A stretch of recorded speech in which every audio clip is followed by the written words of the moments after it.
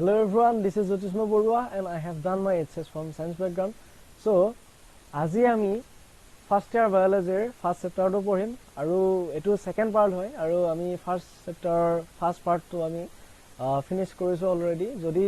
তোমালোকে চোৱা নাই ভিডিওটো চাবা descriptionৰ link আছে তোমালোকে সেই ভিডিওটো আগৰ part to চাই লবা হা যে আজি যোৱাকালি আমি যেটো আমাৰ আগৰ ভিডিও আছিল ন সেই ভিডিওটো আমি এইখিনি লগা পঢ়িছো যে 1.7 1.8 মিলিয়ন হা যে কি হয় আমাৰ ওয়াৰ্ল্ডৰ প্ৰায় 1.7 ৰ পৰা 1.8 মিলিয়নৰ ভিতৰত কি আছে স্পেচিছ বিলাক আছে প্ৰজাতি বিলাক আছে তো আমি এইখিনি লগা পঢ়িছিলো আৰু নেক্সট আমি আজি পঢ়িব লাগে এইখিনি লোকেল নেমস এইখিনিৰ পৰা পুৰা এনসিআৰটি হাইলাইট কৰি ৰাখিছো তোমালোকৰ কি হয় যে এক্সাম বিলাকত যে কোনো এন্ট্ৰেন্স এক্সামে হোক বা বোৰ্ড এক্সামে হোক তোমালোকৰ কি হয় এনসিআৰটি পৰা আহিব এনসিআৰটি বাহিৰৰ পৰাটো নাহে ওদিয়া তোমালোকৰ কি হয় মই গোটেই এনসিআৰটি খন গোটেই এনসিআৰটি মানে কি আৰু যিকেইটা চেপ্টাৰ তোমালোকৰ এতিয়া পঢ়াই আছো এই গোটেইবিলাক চেপ্টাৰ মই কি কৰিছো এনেকৈ হাইলাইট কৰি ৰাখিছো আৰু এইবিলাক খুব ইম্পৰ্টেন্ট পইণ্ট হয় তোমালোকে চাবা তো কি হয় চোৱা let's start. As started earlier, there are millions of plants and animals in the world. We know the plants and the animals in our own area by their local names. আমি আমাৰ যেটো এৰিয়া আমি আমাৰ area যিসমূহ অৰ্গানিজমছ আছে plants আছে সেই সকলোবিলাক আমি কিহেৰে জানো কিয়তৰ একোটা নামেৰে জানো যে কোনো অৰ্গানিজমছ হোক বা যে কোনো প্লান্টস হোক এনিমেলছ হোক সকলোৰে এটা এটা নাম আছে সেই নামেৰে আমি সিহঁতক চিনি পাওঁ আজি মোক জানে তোমালোকে মোক জানিছা এতিয়া মোৰ এটা নাম আছে সেই নামেৰে তোমালোকে জানিছা ঠিক একেনিচিনাকে তোমাৰ নাম আছে সেইকাৰণে তোমাক মানুহে জানিছে বস্তুটো তেনেকুৱা গোটেইবিলাক প্ৰসেস তেনেকুৱা চোৱা local names would vary from place to place আৰু লোকেল নেমস যিবিলাক লোকেল নেমস থাকে ন এইবিলাক প্লেস টু প্লেস এঠাইত বেলেগ ক'ব পাৰে আন এঠাইত বেলেগ নামেৰে কয় আমাৰ অসমত যেটো কয় সেইটো আকৌ অসমৰ বাহিৰত তেনেকৈ নকব গোটেই ওয়াৰ্ল্ডত তেনেকুৱা ইভেন উইদিন আ কান্ট্ৰি এখন দেশৰ বাহিৰতো হ'ব পাৰে লো ভিতৰতো হ'ব পাৰে তেনেকুৱা যে কি হয় local names would vary from place to place ঠায়ে ঠায়ে কি হয় লোকেল নেমস বিলাক ডিফাৰেন্ট হয় পৃথক হয় বেলেগ বেলেগ হ'ব নেক্সট ওয়ান আমি হাইলাইট কৰাখিনি আমি আগতে পঢ়ি দিম next one there is a need to standardize the naming of living organisms such that a particular organism is known by the same name all over the world. This process is called nomenclature. যে কি হয় যিবিলাক living অৰ্গানিজমছ আছে সেই অৰ্গানিজমছ বিলাকক আমি এটা নাম দিয়া উচিত যেটো সিহঁতৰ ষ্টেণ্ডাৰ্ড থাকে যে ইয়াৰ ষ্টেণ্ডাৰ্ড এইটো তোমাৰ ষ্টেণ্ডাৰ্ড সেইটো তেনেকুৱা ধৰণৰ মই তোমাৰ বুলি কোৱা নাই মই উদাহৰণটো এক্সাম্পল এটা দি দিছো লিভিং অৰ্গানিজমছ বিলাকৰ মাজত তেনেকুৱা হয় যে বস্তু এটা চিনি পাবলৈ সিহঁতৰ কি কৰিব লাগিব নমেনক্লেচাৰ কৰিব লাগিব নামকৰণ কৰিব লাগিব নাম থাকিব লাগিব দা মই যদি বেলেগ এটা তোমাৰ নাম ধৰা ৰাজু মই যদি যদু বুলি মাতো তুমি মাত দিবা নেকি নামা দিবা নহয় কি হয় দে আগতে কি তোমাৰ মাতিবৰ কাৰণে তোমাৰ নামেৰে মাতিব লাগিব মানে কি হ'ল তোমালোকৰ নমেনক্লেচাৰ নামকৰণটো আগত কৰিব লাগিব তাৰ পিছত আহিব আইডেন্টিফিকেশন আৰু নমেনক্লেচাৰ কিয় ইমান ইম্পৰ্টেন্ট যে বস্তুটো চিনাক্ত কৰিবলৈ কি লাগিব ফাৰ্স্ট অফ অল তোমালোকৰ নমেনক্লেচাৰ লাগিব next one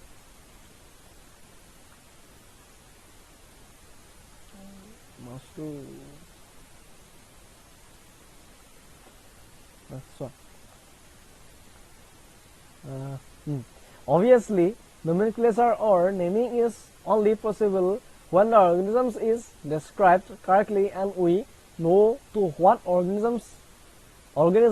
the name is attached to. This is identification. Identification ki hoy then nomenclature or naming is only possible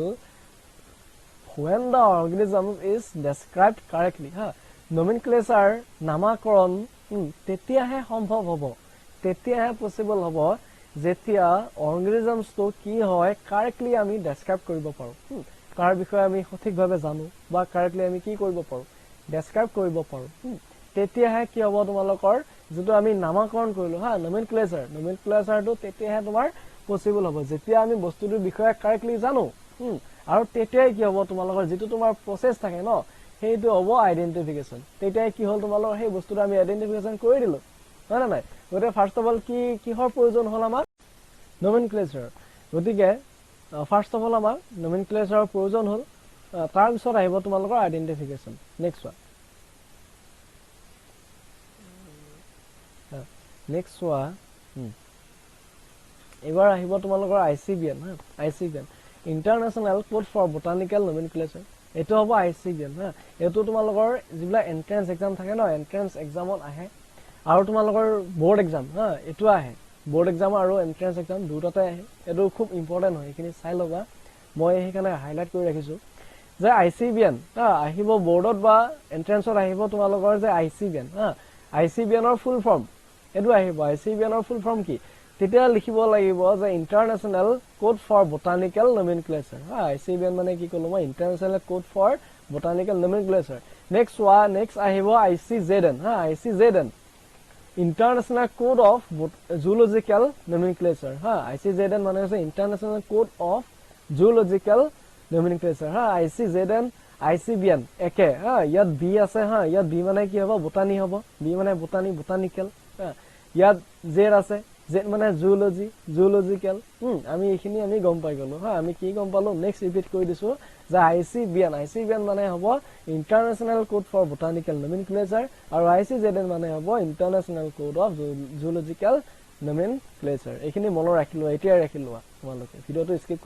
skip নকৰিবা অলপ ৰাখিলৈ তোমালোকে একদম চাই লোৱা মনত ৰাখিলো এখিনি Next আহিব the scientific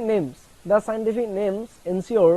that each organism has only one name আৰু এখিনি ইম্পৰ্টেন্ট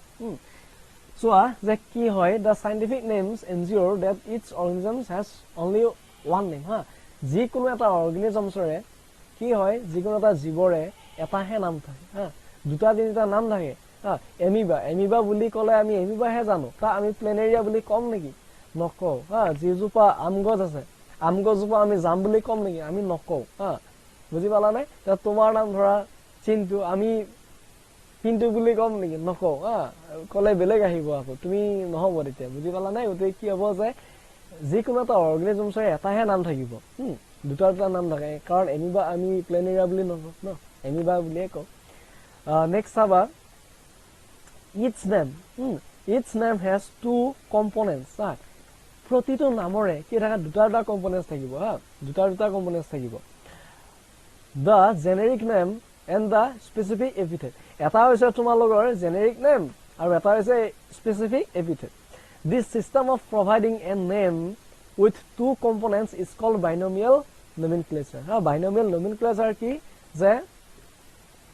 এনেকুৱা এটা সিস্টেম binomial nomenclature যত কি হয় এটা নাম থাকিব তাত দুটা কম্পোনেন্টস থাকিব হা নাম এটা থাকিব আৰু কম্পোনেন্টস থাকিব তোমালোকৰ দুটা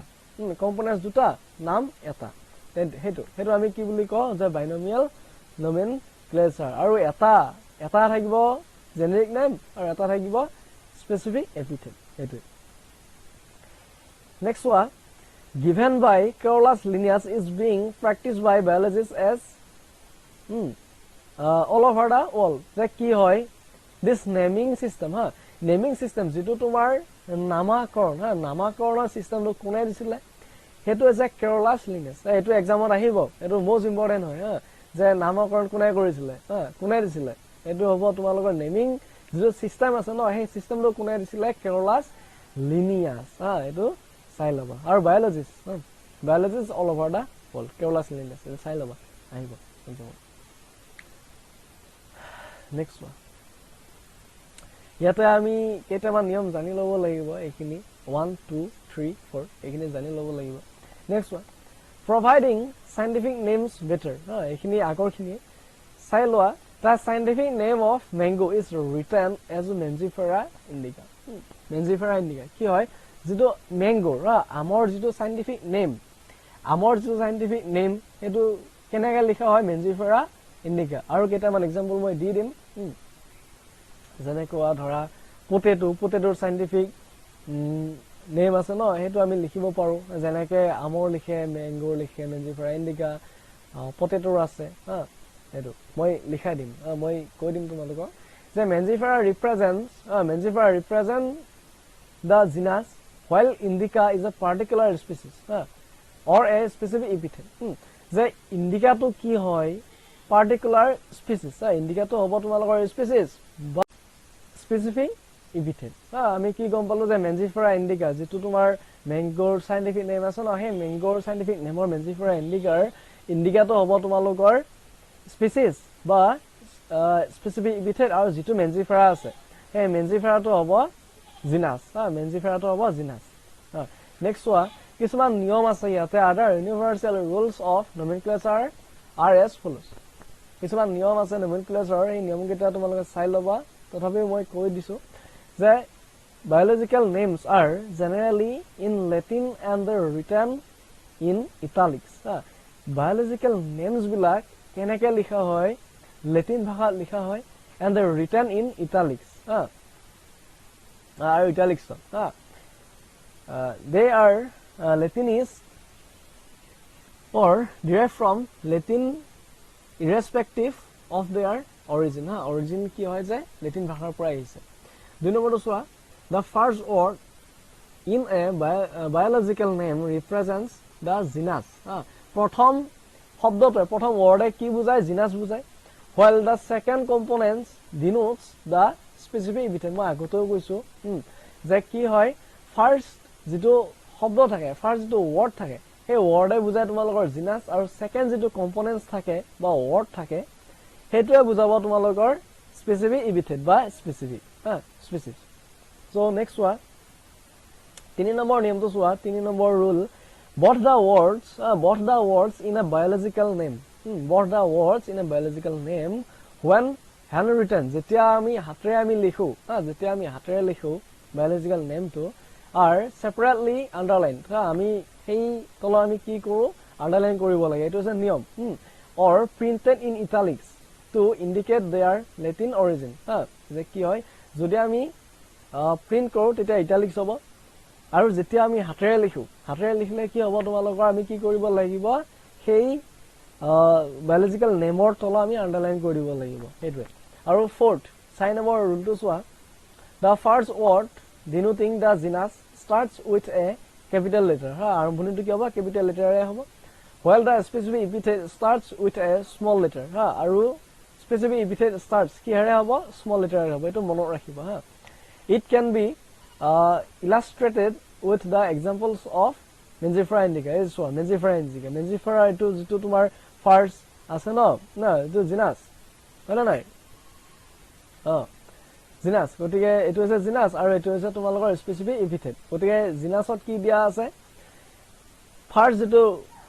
ওয়াৰ্ড আছে ন ফাৰ্স্ট যেটো তোমালোকৰ লেটাৰ আছে হেতু হৈছে তোমালোকৰ ক্যাপিটাল এম ক্যাপিটাল আৰু সেকেন্ড যেটো আছে এটো স্মল এটো আছে নিয়ম 6 নম্বৰ ৰুল এই নিয়ম 6টা চাই যাবা এক্সামত আহিব পাৰে নেক্সট ওয়া Name of the author appears after the specific epithet. Name of the author appears after the specific epithet. The specific epithet কি হয় যে অথৰৰ নেমটো দেখা পোৱা যায় that is at the end of the biological name nameৰ শেষত কি হয় অথৰ যিজন অথৰ থাকে ন অথৰজনৰ নামটো লিখা হয় বা দেখা পোৱা যায় and is written in an abbreviated form. Example Mangifera indica lin যে কি হয় lin হৈছে তোমালোকৰ অথৰছৰ নেম আৰু কি হয় Mangifera indica পিছত আমি কি লগাই দিলো in lin lin মানে কি হল তোমালোকৰ স্পেসিফিক এপিথেটৰ পিছত তো বায়োলজিক্যাল নেমৰ পিছত আমি কি লিখি দিলো অথৰছৰ নেমটো আমি লিখি দিলো It indicates that this species was first described by Linnaeus. আৰু এটোৱে কি বুজায় যে Linnaeus কি কৰিছে ডেসক্ৰাইব কৰিছে Mangifera indica কোনে ডেসক্ৰাইব কৰিছে Linnaeus সেই কাৰণে লিখা হৈছে যে Mangifera indica lin কেওলাস Linnaeus ডেসক্ৰাইব কৰিছিল কাৰণে তেওঁৰ নামটো কি কৰা হৈছে এখন লগাই দিয়া হৈছে Linnaeusৰ lin Next one Since it is nearly impossible to study all the living organisms, it is necessary to devise some means to make this possible. This process is classification. Etu hoise tomalokor classification. Aru so classification is the process by which anything is grouped into convenient categories based on same easily observable characters. কি হয় যে classification কি হয়, classification তো যে এনেকুৱা এটা process য'ত কি হয় anything is grouped, anything is আমি কি কৰো, আমি group কৰা হয় into convenient categories based on same easily observable characters. কিছুমান easily যেটো observe কৰিব পাৰি ন, observable characters ৰ ওপৰত বেস কৰি আমি কি কৰো এটো categorize কৰি গ্ৰুপত কি কৰা হয়, ইনটু কৰা হয়, গ্ৰুপত সোমাই দিয়া হয়। So for example এইখিনি তোমালোকে চাই লবা, আমি যিখিনি ইম্পৰ্টেন্ট হয় ন সেইখিনি মই তোমালোকক মই দেখাই দিছো আৰু হাইলাইট কৰি ৰাখি লৈছো। So hence all these dogs, cats, mammals with roots, rice, plants, animals, etc. are convenient categories we use to study organisms. The scientific term for these categories is taxa. So এতিয়া মই আগৰখিনি পঢ়াই দিম তোমালোকক যে কি হয়, এইখিনি নপঢ়িলে তোমালোকে আকৌ এইখিনি বুজি নাপাবা, ক'ৰ পৰা আহিল তেনেকৈ সুধিবা। চোৱা যে for example we easily recognise group such as plants or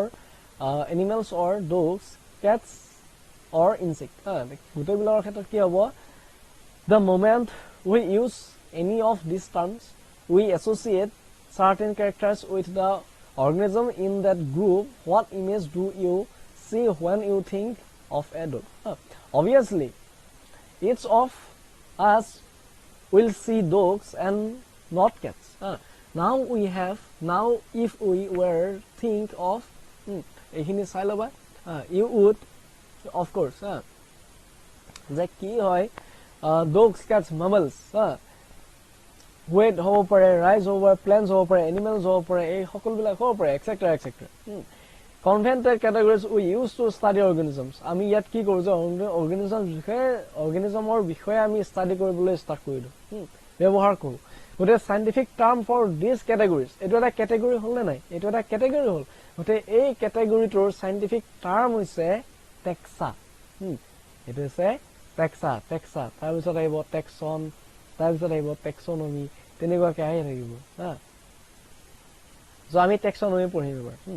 Based on characteristics, all living organisms can be classified into different taxa. This process of classification is taxonomy. এটো এটা classification হয়, যেটো পঢ়িলো ন based on characteristics, এটো কি হয় process of classification এটা process হয়। আমি এটো কি বুলি কওঁ, taxonomy। আমি এটো taxonomy বুলি কওঁ। যে taxonomy কি হয়, based on characteristics all living organisms can be classified into different taxa। যে যিমান বিলাক living organisms আছে ন classified different taxa, এই সকলো বিলাক কি হ'ব পাৰে, বেলেগ বেলেগ taxa classified হৈ যাব পাৰে। আৰু সেই ক্লাসিফিকেশন আমি কি কওঁ, যেটো process থাকে ন সেই processটো আমি কওঁ taxonomy। External and internal structure, external and internal structure along with the structure of cell development. Next one, process and ecological information of organisms are essential and form the basis of modern taxonomy studies. এইখিনি হৈ গল। Next one, the earliest classifications were based on the uses of various organisms. The প্ৰথমতে যেটো classification কৰা হৈছিল কিহৰ ওপৰত base কৰি কৰা হৈছিল classification, uses of various organisms, organisms বিলাকৰ যেটো ইউজ থাকে ন various তাৰ ওপৰত বেস কৰি কি কৰা হৈছিল, আৰম্ভণিতে classification কৰা হৈছিল। So next one, human beings were since long not only interested in knowing more about different kinds of organisms and their diversities, but also the relationships among them.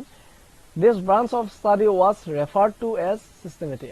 আমাৰ কি হয় চোৱা সিস্টেমেটিক্স কি হয় যে আমি এটা সিস্টেমতে আছো সবৰে এটা কি থাকে সিস্টেমে থাকে এতিয়া ধৰা আমি পঢ়ি আছো তোমালোকে পঢ়ি আছা মই শিকাই আছো তোমালোকে শিকি আছা তাৰ পিছত এক্সাম হ'ব এক্সামত ভাল ৰিজাল্ট কৰিব লাগিব তাৰ পিছত আমি কি কৰিম আমি এন্ট্ৰেন্স এক্সাম দিম তাৰ পিছত আমি কি লাহে লাহে আমি নিজকে সেটেল কৰিব বিচাৰিম তাৰ পিছত জব বিচাৰিম ন তেনে এটা কিয় এটা সিস্টেমত থাকিব লাগিব যে